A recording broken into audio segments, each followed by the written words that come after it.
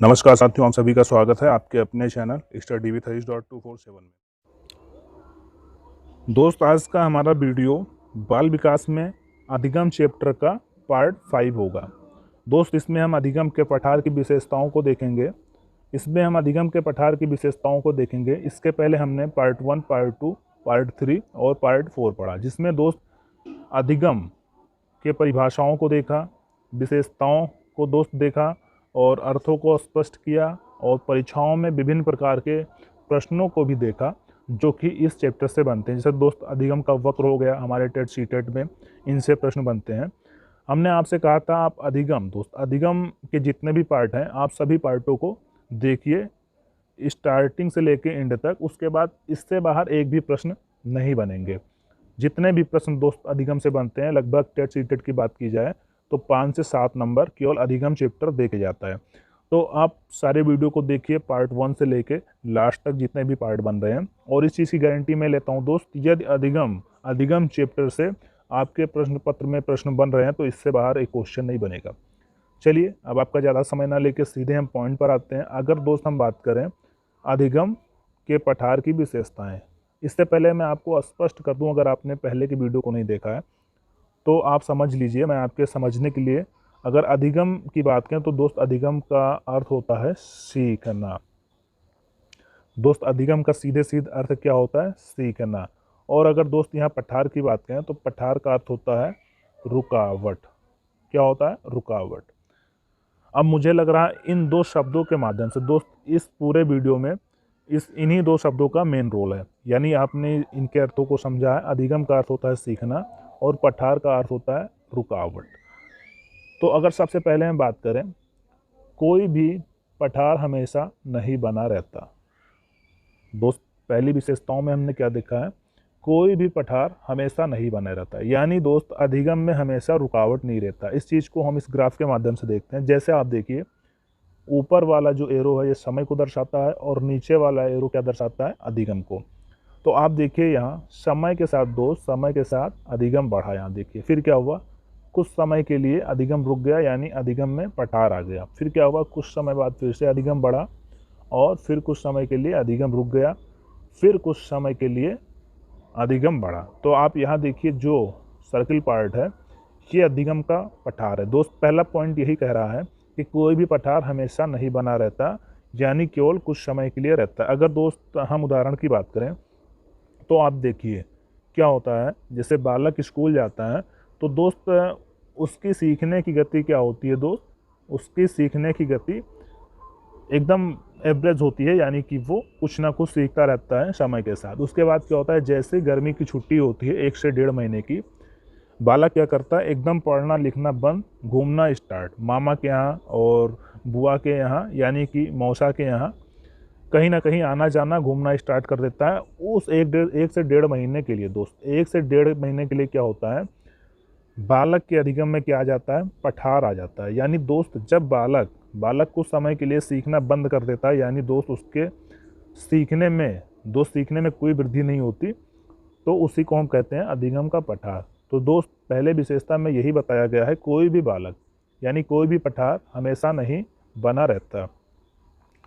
अब अगर हम दूसरे पॉइंट की बात करें, पठार अधिगम की अवरुद्ध गति को प्रदर्शित करता है, ना कि समाप्ति को। बिल्कुल सही दोस्त, यानी पठार क्या प्रदर्शित करता है? अवरुद्ध गति को प्रदर्शित करता है। यानी दोस्त क्या हुआ, अधिगम के गति में कोई अवरोध है, यानी अधिगम का गति रुका है, उसी को पठार प्रदर्शित करता है, ना कि समाप्ति को। अधिगम का पठार ये बिल्कुल प्रदर्शित नहीं करता कि अधिगम एकदम समाप्त हो गया, एकदम खत्म हो गया। बस वो केवल यही करता है कि अधिगम बस रुका है कुछ समय के लिए, ना कि समाप्त हो गया है। तो हमारा दूसरा पॉइंट यही कह रहा है कि पठार दोस्त, अधिगम में पठार, या कह सकते हैं पठार अधिगम की अवरुद्ध गति को प्रदर्शित करता है, ना कि समाप्ति को। अगर तीसरे पॉइंट की बात करें तो पठार कोई अलग रचना नहीं है, अपितु इसका जन्म वक्र से ही होता है। अभी हमने जो ऊपर वक्र पढ़ा है, जैसे सरल वक्र पढ़ा, मिश्रित वक्र पढ़ा, अधिगम के कई प्रकार के वक्रों को पढ़ा। अगर आपने पिछला वीडियो देखा होगा तो आपको ये चीज़ समझ में आ रही होगी। अगर आपने वीडियो नहीं देखा है तो आप चाइल्ड डेवलपमेंट के प्लेलिस्ट में जाके आप और सभी पार्टों को देख सकते हैं, ताकि आपको ये लेक्चर अच्छे से समझ में आए। तो दोस्त, इस पॉइंट में यही कहा गया है, पठार अलग रचना नहीं है, अपितु इसका जन्म वक्र से ही होता है। अगर नेक्स्ट पॉइंट की बात करें तो इसमें क्या कहा गया है, पठार बनना एक सामान्य प्रक्रिया है, यह कोई अभिशाप या गलती नहीं है। बिल्कुल सही है दोस्त। पठार बनना यानी दोस्त बालक के अधिगम में रुकावट उत्पन्न होना, या पठार बनना, ये क्या है दोस्त, सामान्य प्रक्रिया है, ये कोई अभिशाप या गलती नहीं है।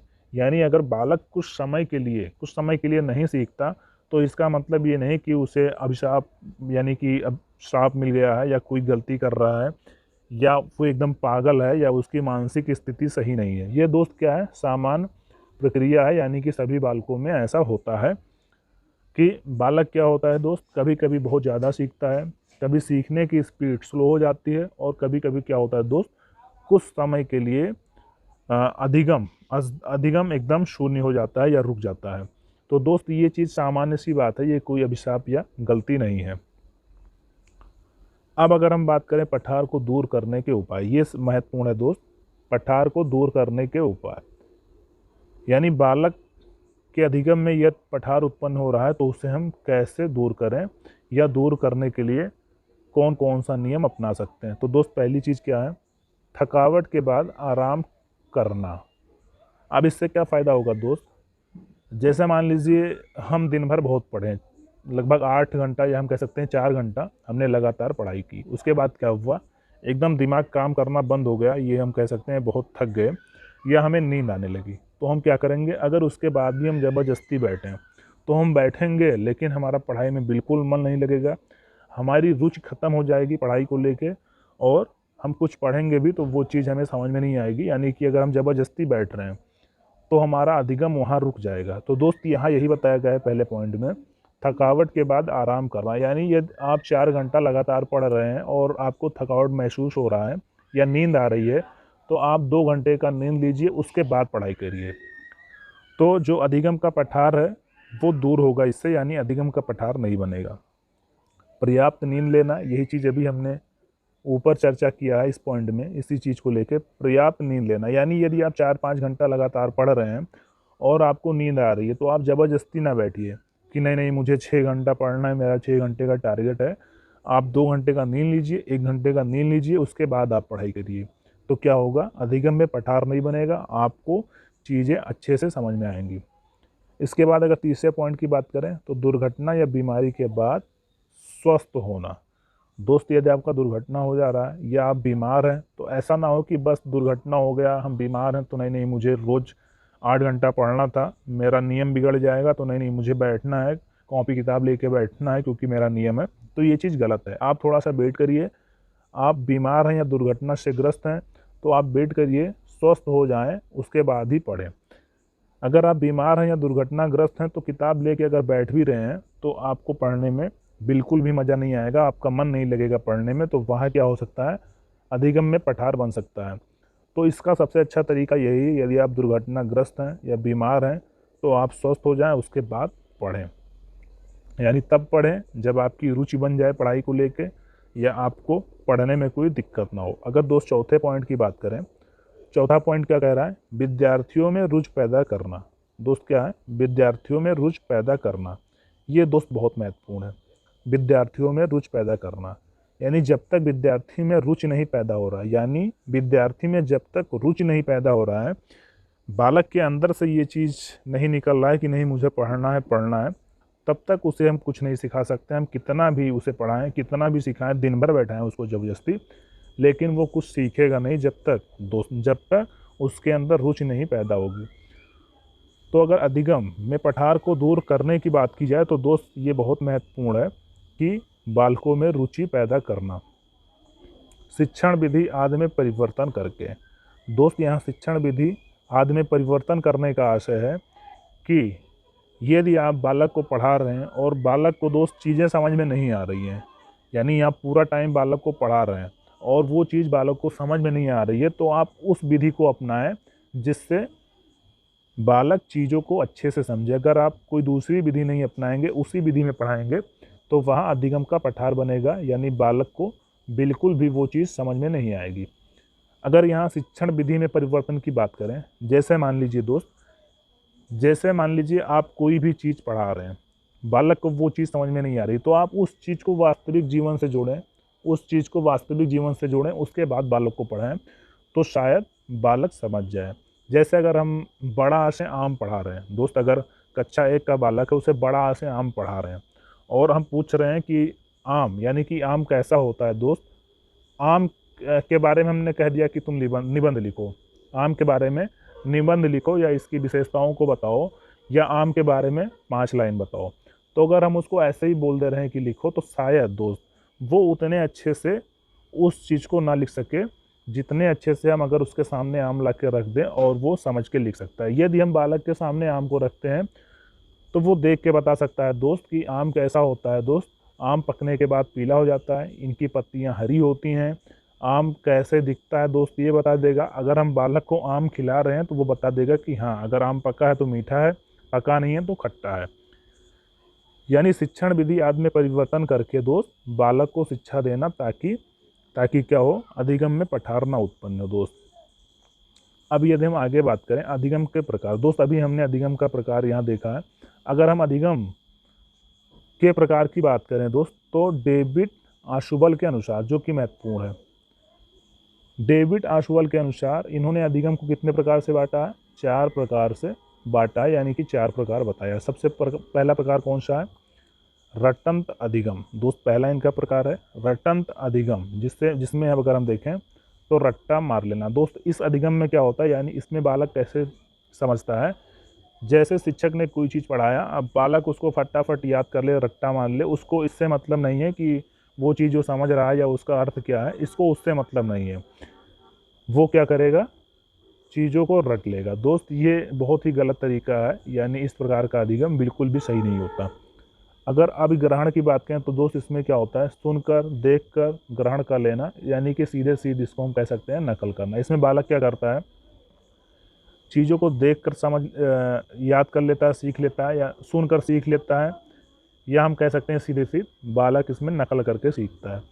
यदि सार्थक अधिगम की बात करें तो क्या हुआ, इसमें जीवन से जोड़कर सीखता है बालक या अर्थ समझकर सीखता है। दोस्त सार्थक अधिगम में क्या होता है, बालक क्या करता है, चीज़ों को जीवन से जोड़कर समझ, जैसे भी हमने ऊपर क्या बात किया था कि यदि शिक्षक बड़ा से आम पढ़ा रहा है, तो यदि बालक को आम दिखा के पढ़ाए, उसके बाद पूछे कि इसके बारे में आप 4 लाइन लिखो, तो शायद बालक आम को देखकर उसके बारे में 4 लाइन लिख सकता है। लेकिन यदि बालक को आम ना दिखाया जाए, डायरेक्ट पूछ लिया जाए कि आप आम के बारे में 4 लाइन लिखो, तो शायद ही, अगर पहली कक्षा का बालक है तो हो सकता है कोई बालक लिख लेना, तो ज़्यादातर बालक ऐसे होंगे जो 4 लाइन नहीं लिख पाएंगे। तो दो सार्थक अधिगम में सीधे सीधे यही कहा गया है, जीवन से जोड़कर अधिगम करना या सिखाना, या सार्थक समझ कर सिखाना। यदि हम अन्वेषण की बात करें दोस्त, ये बहुत महत्वपूर्ण है। अन्वेषण अधिगम प्रयोग द्वारा, क्रिया द्वारा, खोजबीन द्वारा सीखना। दोस्त प्रयोग द्वारा क्या हुआ, यहाँ बालक एक्टिव रहेगा, बालक किसी चीज़ के बारे में प्रयोग करेगा, उसके बाद सीखेगा। क्रिया करके दोस्त, क्रिया करके यानी बालक चीज़ों को करके सीखेगा। खोजबीन करके यानी बालक दोस्त उस चीज़ के बारे में पूरा खोजबीन करेगा, उसके बाद सीखेगा। तो दोस्त सभी अधिगम में अगर देखा जाए सबसे महत्वपूर्ण कौन सा अधिगम है, तो अन्वेषण अधिगम है। यानी कि इसमें दोस्त क्या होता है, बालक एक्टिव रहता है, बालक क्रियाकलाप द्वारा करके सीखता है।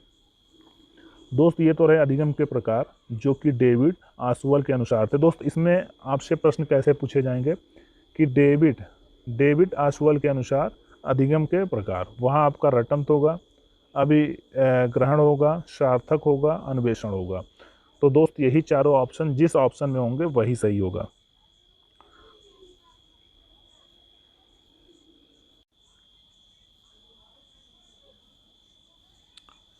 दोस्त आज के वीडियो में हमने क्या पढ़ा है, अधिगम का पठार पढ़ा है।